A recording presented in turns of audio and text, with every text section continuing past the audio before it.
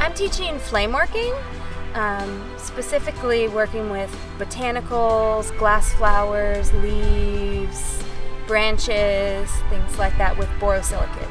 And the students have been incredible. They're working so hard. They're so focused and careful and patient when they work, and I feel like they're just taking it all in and working so hard. It's my favorite studio. It comes like a little family for a short time, and it's just an incredible experience to be here to learn and learn from everyone else. So I'm learning so much from the people working in the hot shop and the people who are working in the casting studio, and meeting other teachers and other students, and it's just a really great experience to be here.